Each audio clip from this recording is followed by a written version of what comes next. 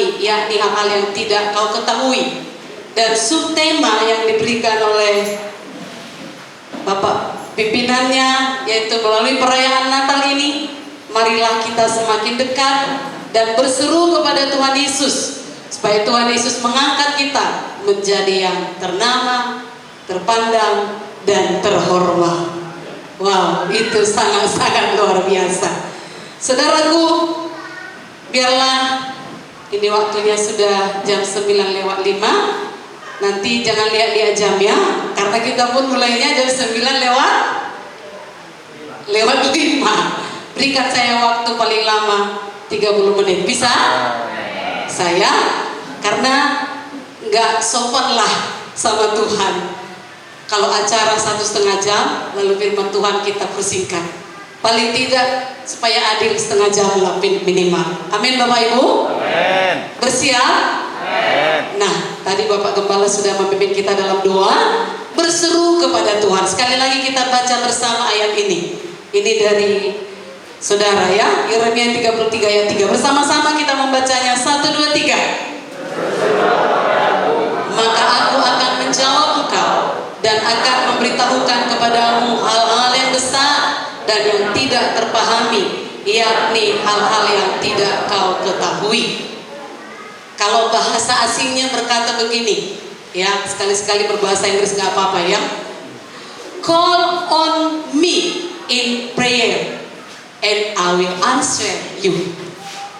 Nah, panggil aku dalam doa, kata Tuhan, maka aku akan menjawabmu. Wow. Dalam ayat yang kita baca ini Tuhan berjanji bahwasanya kalau kita berseru kepada Tuhan, Dia akan menjawab kita, bahkan lebih dari yang kita harapkan, yang tidak kita pahami, yang tidak kita ketahui. Apakah itu dikatakan 1 Korintus 2 ayat 9? Sama-sama lagi kita membacanya.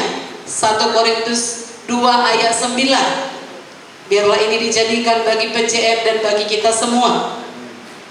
1, 2, 3. Apa yang 1 Korintus 2 ayat 9? Yuk, tetapi seperti ada tertulis 1, 2, 3.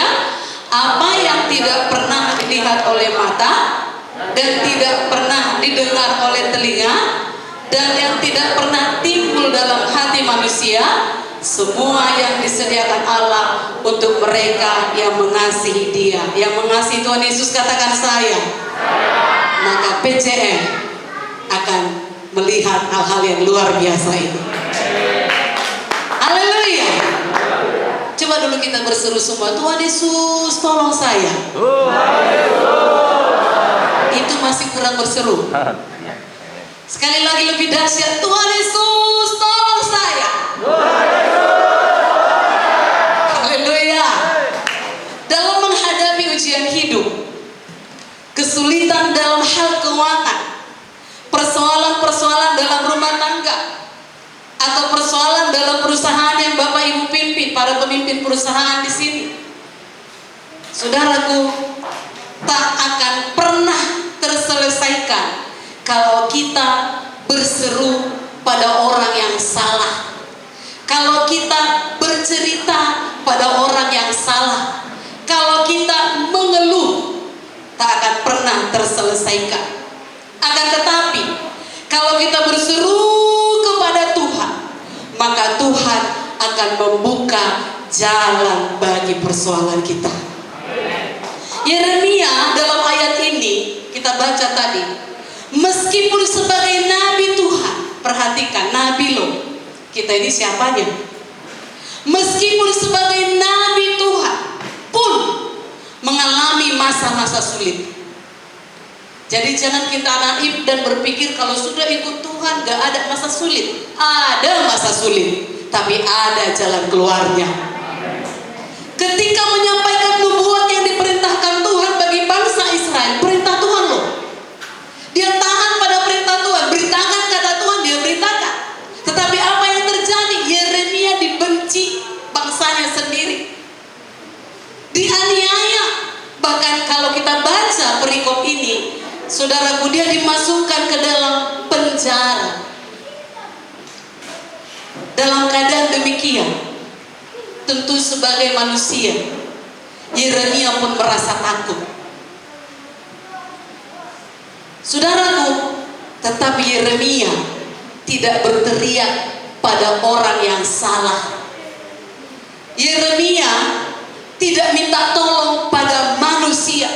Alkitab mencatat, baca Alkitab saudara, saya baca Ratapan 3 ayat 55-56. Ya Tuhan, aku memanggil namamu dari dasar lubang yang dalam. Penjara zaman dulu beda dengan penjara sekarang. Penjara sekarang mungkin, apalagi kalau orang-orang ternama ya, lengkap semua. Tapi penjara zaman dulu, lubang yang paling dalam. Engkau mendengar suaraku, janganlah kau tutupi telingamu terhadap kesahku dan teriak tolongku. Yeremia yang menulis buku Ratapan. Sungguh Tuhan itu mendengar teriak anak-anaknya. Sekali lagi teriakan, Yesus, aku percaya padamu. Tuhan dengar teriak saudara. Maka apa yang terjadi? Tuhan memakai Ebed-Melek untuk menyelamatkan Yeremia. Tuhan menyuruh, bukan Tuhan maksud saya, Raja menyuruh Ebed-Melek untuk membebaskan Yeremia. Dalam pasal 38 ayat 10 berkata begini, angkatlah Nabi Yeremia dari perigi itu sebelum ia mati. Wow, hasil teriakan. Kalaupun ada orang berniat jahat pada saudara, kalaupun ada orang yang ingin mematikan usaha saudara, kalaupun ada orang yang mematikan penghasilan saudara, berseru kepada Tuhan. Tuhan akan mendengar dan Dia akan memberi jalan keluar. Tuhan akan pakai siapa saja untuk menolong Bapak Ibu Saudara. Haleluya. Jangan berseru kepada orang yang salah. Bila saat ini Bapak Ibu Saudara sedang dalam perigi, perigi itu penjara yang paling dalam. Bila Bapak Ibu Saudara sedang dalam perigi atau terpenjara oleh masalah, dan sepertinya tidak ada harapan, pada perayaan Natal ini berserulah kepada Tuhan. Dan bukan hanya malam Natal ini, tiap-tiap hari serukan nama Tuhan. Dia pasti akan memberikan jalan keluar yang terbaik. Dengan keyakinan yang kokoh kita tahu bahwa Allah telah menyediakan jalan keluar atas setiap persoalan yang kita hadapi. Tidak peduli sebesar apapun masalah saudara. Haleluya. Contoh dalam perjanjian baru, mungkin Bapak Ibu Saudara sudah sering dengar ayat ini, tetapi mari kita hidupi. Mari kita juga mau melakukannya. Markus 10, kita baca ayat 47 sampai 52. Markus 10 ayat 47 sampai 52. Dapat saudaraku? Markus 10 ayat 47 sampai 52. Sama-sama 1, 2, 3. Ketika didengarnya bahwa itu adalah Yesus orang Nazaret, mulailah ia berseru, Yesus anak Daud, kasihanilah aku. 48. Namun semakin keras ia berseru, anak Daud, kasihanilah aku. Lalu Yesus berhenti dan berkata, panggillah dia. Mereka memanggil orang buta itu dan berkata kepadanya, kuatkan hatimu, berdirilah, ia memanggil engkau. 50. Lalu ia menanggalkan jubahnya, ia segera berdiri dan pergi mendapatkan Yesus. Tanya Yesus kepadanya, apa yang kau kehendaki supaya aku perbuat bagimu? Jawab orang buta itu, Rabuni, supaya aku dapat melihat. Terakhir sama-sama. Lalu kata Yesus kepadanya, pergilah, imanmu telah menyelamatkan engkau. Pada saat itu juga melihatlah ia, lalu ia mengikuti Yesus dalam perjalanannya. Bartimeus seorang pengemis buta, ketika mendengar bahwa Tuhan Yesus sedang lewat, dia berseru, karena dia sudah dengar-dengar Yesus itu penyembuh. Dia nggak lemah gemulai. Kalau Yesus sayang, pastinya ditolong aku. Enggak. Tapi dia berseru, Yesus, anak Daud, kasihanilah aku. Meski ditegur orang banyak supaya ia diam, apa yang dia buat? Semakin keras ia berseru, anak Daud, kasihanilah aku. Bapak Ibu Saudara, kalau punya masalah, jangan diam, jangan stres, jangan depresi. Panggil nama Yesus. Haleluya. Dan apa yang kemudian terjadi? Seruan yang seperti itu membuat Tuhan Yesus bisa berhenti. Buat Tuhan mau berhenti di ruang doamu ketika kau berseru kepada Dia. Haleluya. Kemudian Tuhan Yesus memandang siapa yang berseru-seru itu. Dia berkata kepada sekelilingnya, panggil dia. Orang-orang di sekitar Bartimeus tadi yang tadinya memarahinya, ribut kali, kau lagi capek Yesus, gak usah ganggu dia. Yang tadinya memarahinya, mereka menepuk pundaknya dan berkata, kuatkan hatimu, berdirilah, ia memanggil engkau. Kemudian Bartimeus mulai berdiri. Apa yang pertama dilakukannya? Dia tanggalkan jubahnya. Kita baca tadi. Dia tanggalkan jubahnya. Apa artinya?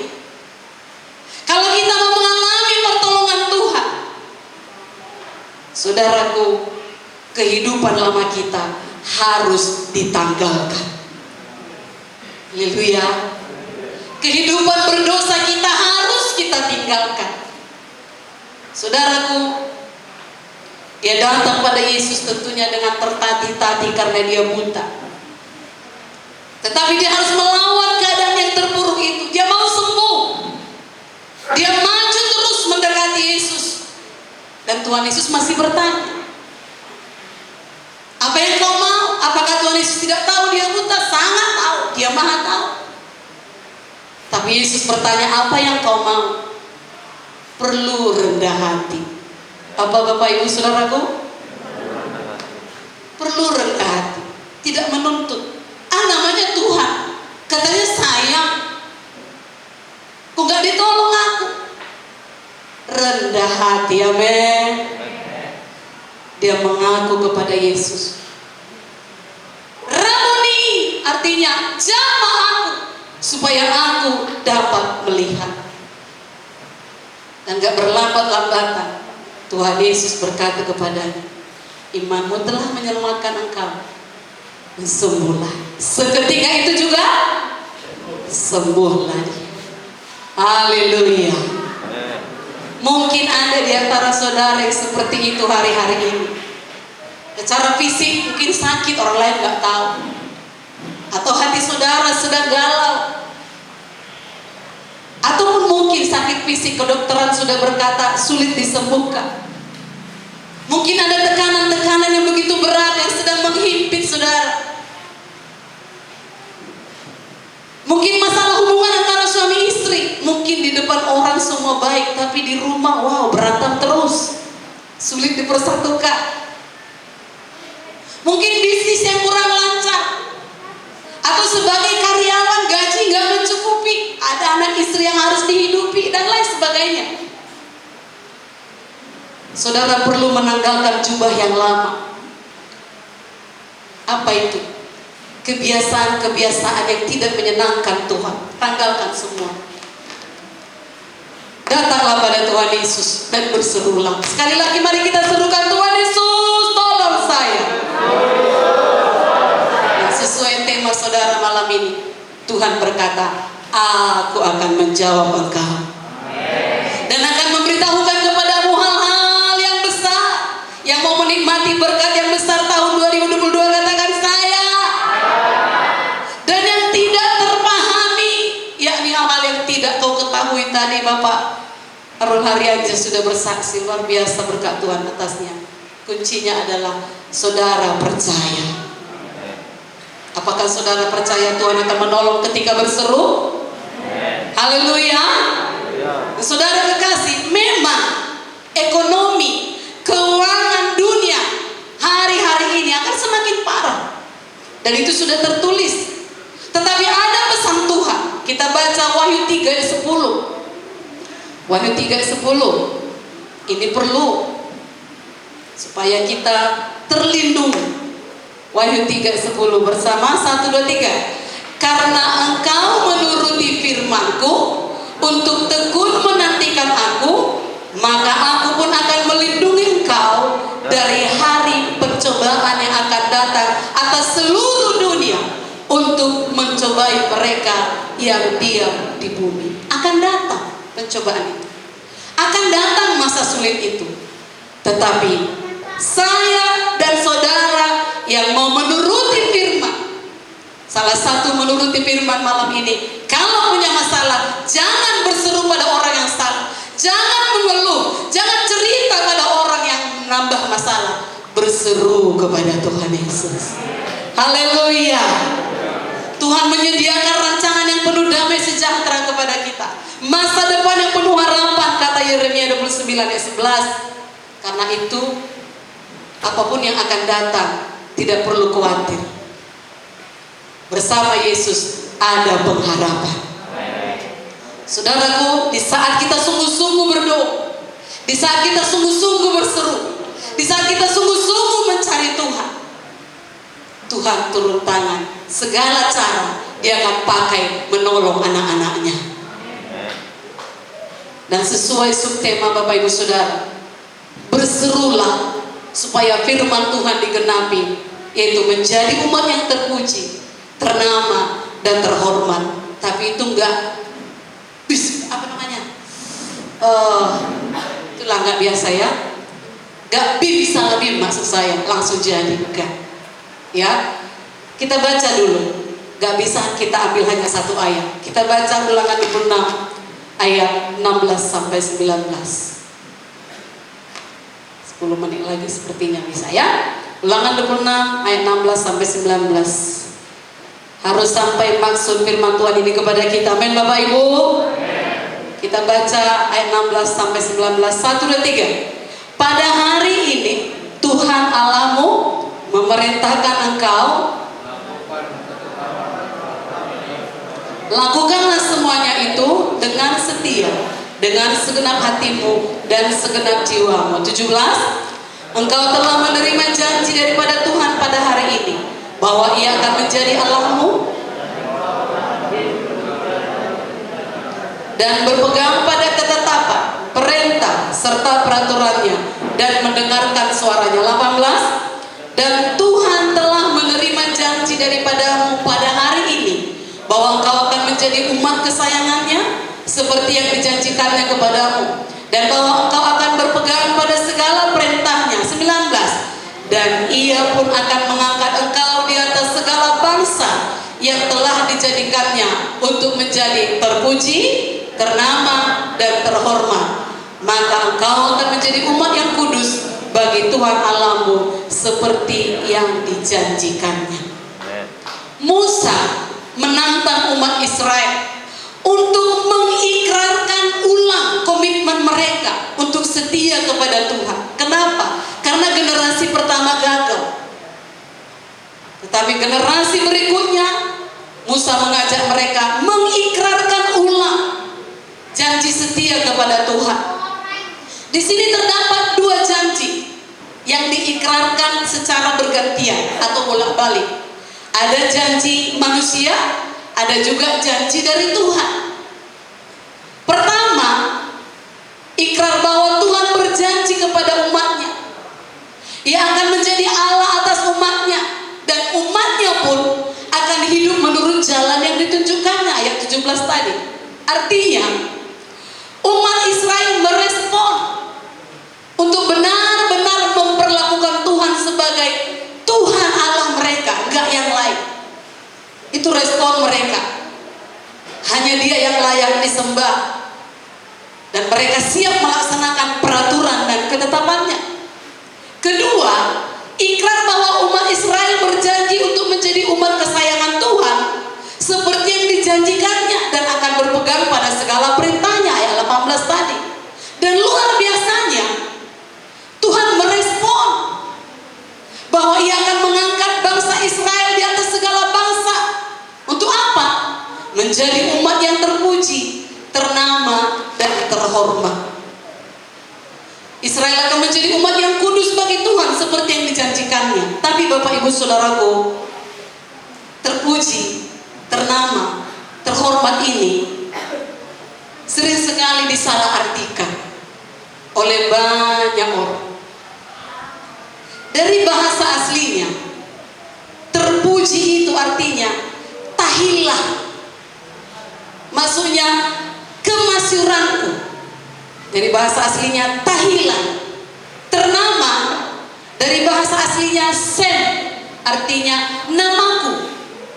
Dan terhormat, tiparah, artinya keagunganku.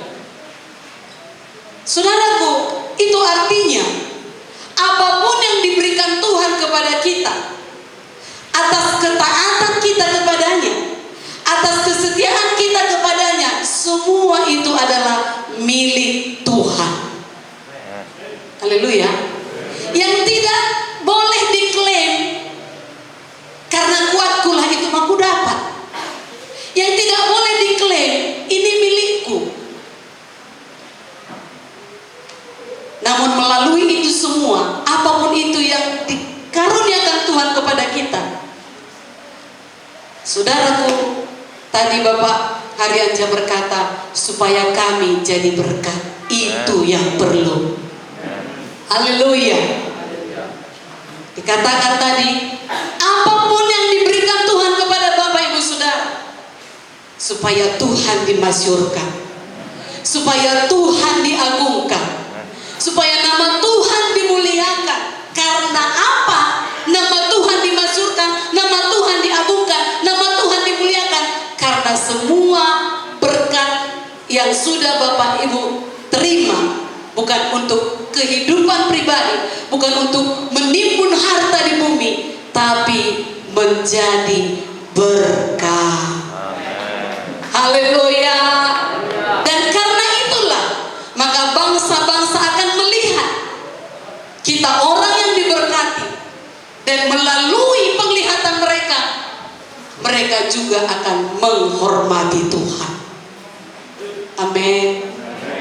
Setelah komitmen ulang ini dinyatakan, maka mulailah Tuhan menggenapkan janjinya dengan menuntun bangsa Israel memasuki babak baru. Inilah yang menjadi pesan Tuhan bagi kita pada malam Natal ini. Tidak kebetulan ini tema Natal Bapak Ibu Saudara, bahwa Tuhan sedang membawa saudara masuk dalam babak yang baru atau musim yang baru, tetapi miliki kualitas umat yang terpuji, ternama, terhormat tadi. Apa kualitasnya?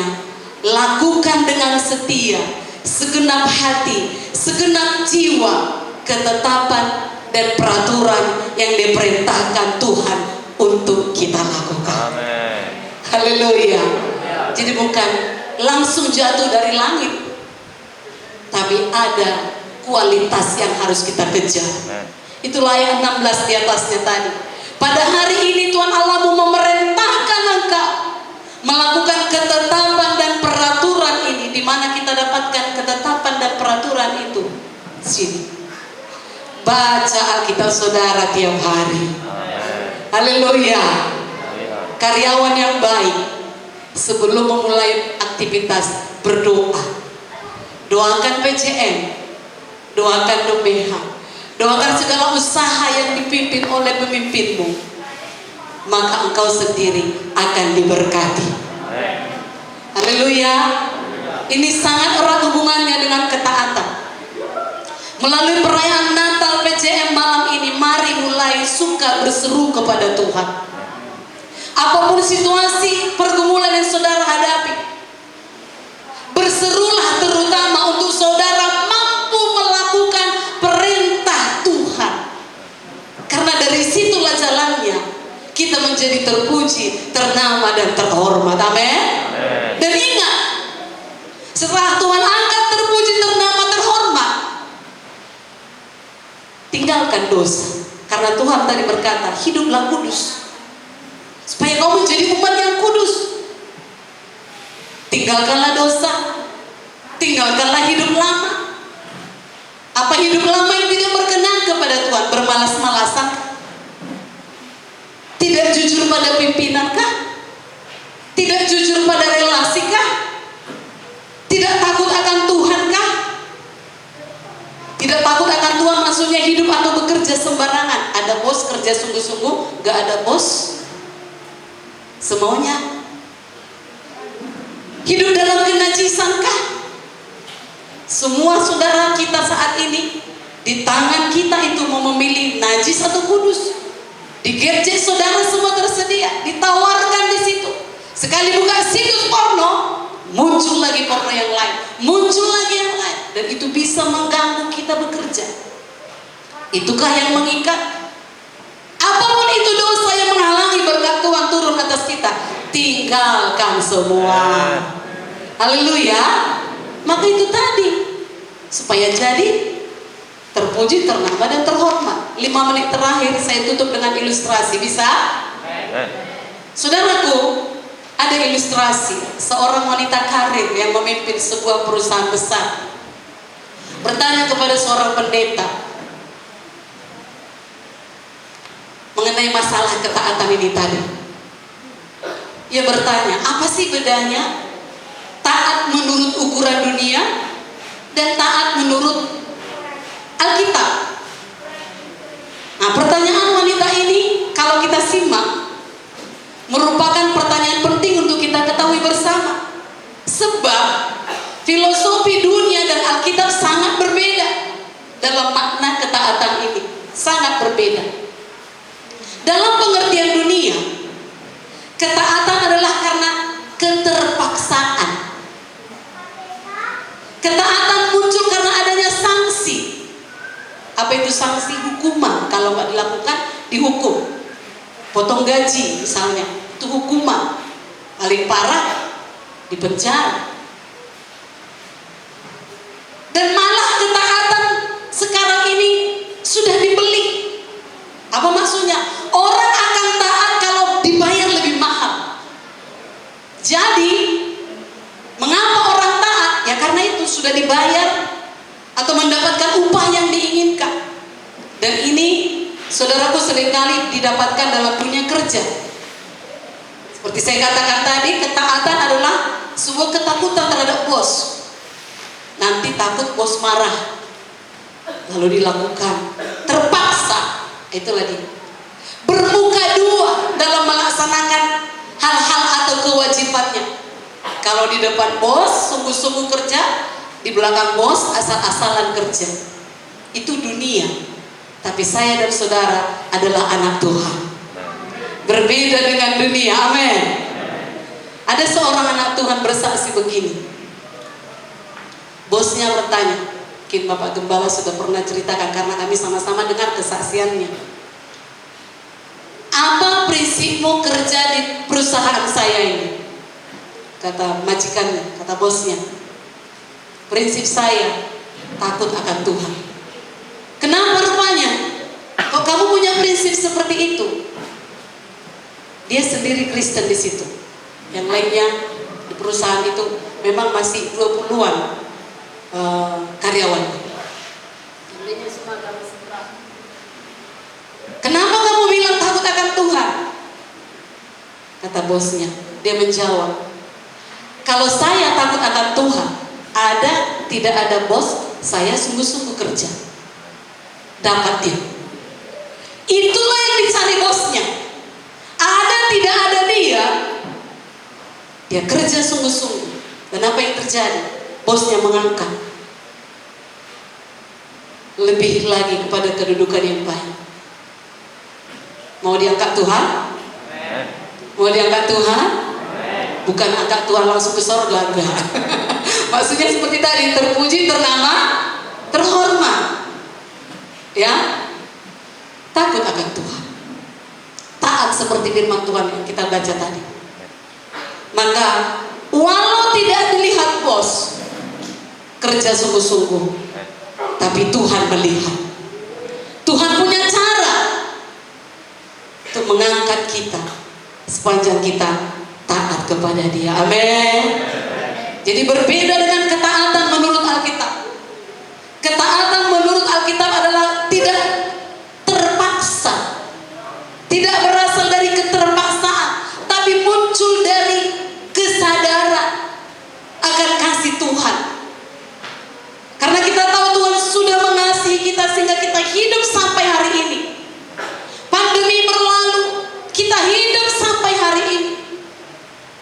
kita sadari, karena kasih Tuhanlah aku masih bisa bekerja saat ini.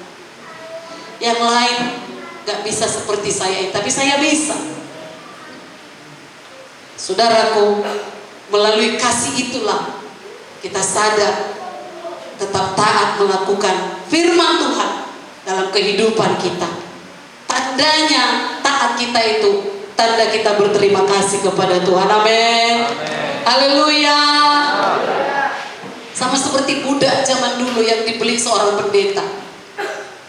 Budak berpikir, kalau ini membeli aku, oh dijadikannya aku jadi permainan. Maka waktu pendeta itu menebusnya, diludahinya pendeta itu. Kau rupanya yang mau melakukan aku ini itu, mau memperbudak aku seumur hidup. Tapi pendeta itu berkata, kau sudah kubeli, pergilah, kau tidak akan diperbudak lagi. Si wanita itu berkata, sudah kulihat kasih-Mu Tuhan, rupanya kau gak seperti orang yang lain itu. Karena kau sangat mengasihi aku, kuserahkan hidupku, jadilah aku budak. Haleluya. Haleluya. Begitu kita sama Tuhan. Kita sudah dibayar lunas, kita sudah ditebus, dan hari Natal kita rayakan Dia datang untuk kita. Gak ada cara lain untuk menyenangkan hati Dia kecuali, Tuhan, aku mau taat peraturan-peraturan-Mu. Amin. Gak terpaksa lagi, gak terpaksa lagi beribadah, gak terpaksa lagi berdoa, gak terpaksa lagi bekerja dengan rajin, karena kita tahu Tuhan sangat mengasihi kita. Melalui firman Tuhan hari ini, biarlah kita semakin taat kepada Tuhan. Amin. Atas perkenanannya kita dipilih dan dipercayakan menjadi berkat bagi dunia. Bahkan kita diberi janji akan menjadi terpuji, ternama, terhormat apabila kita tetap taat kepadanya. Taat bukan karena takut sanksi, bukan karena takut hukuman, tapi taat merupakan respon yang lahir dari hati kita. Tuhan sangat mengasihi kita. Respon yang lahir dari hati para karyawan PCM. Percayalah, karena pimpinan saudara takut Tuhan, Dia pasti mengasihi saudara. Sebagaimana permintaannya tadi, doakan tiap hari sehingga Tuhan beri hikmat, makin lancar PCM, makin lancar BPH, makin lancar usaha lainnya semua. Maka gaji saudara pun pasti bisa naik. Haleluya. Kalau gaji saudara naik, saudara bisa lebih meningkat lagi, lebih meningkat lagi. Buka di sana, buka di sana. Kalau bisa 34 provinsi penuhi dengan PCM. Haleluya. Gak ada yang mustahil, men. Gak ada yang sulit. Tuhan punya cara. Yeremia dari perigi yang paling dalam pun, Tuhan jamah raja, memerintahkan Ebed-Melek, keluarkan dia sebelum dia mati. Pada malam Natal ini punya iman yang tidak terpahami, kata firman, yang tidak kau ketahui, tapi lakukan bagianmu. Punya kualitas terpuji, ternama, terhormat tersebut. Haleluya. Mari kita bangkit berdiri. Selamat hari Natal. Dan kita angkat satu pujian. Setelah ini Bapak Gembala akan berdoa bagi Bapak Ibu semua karyawan PCM.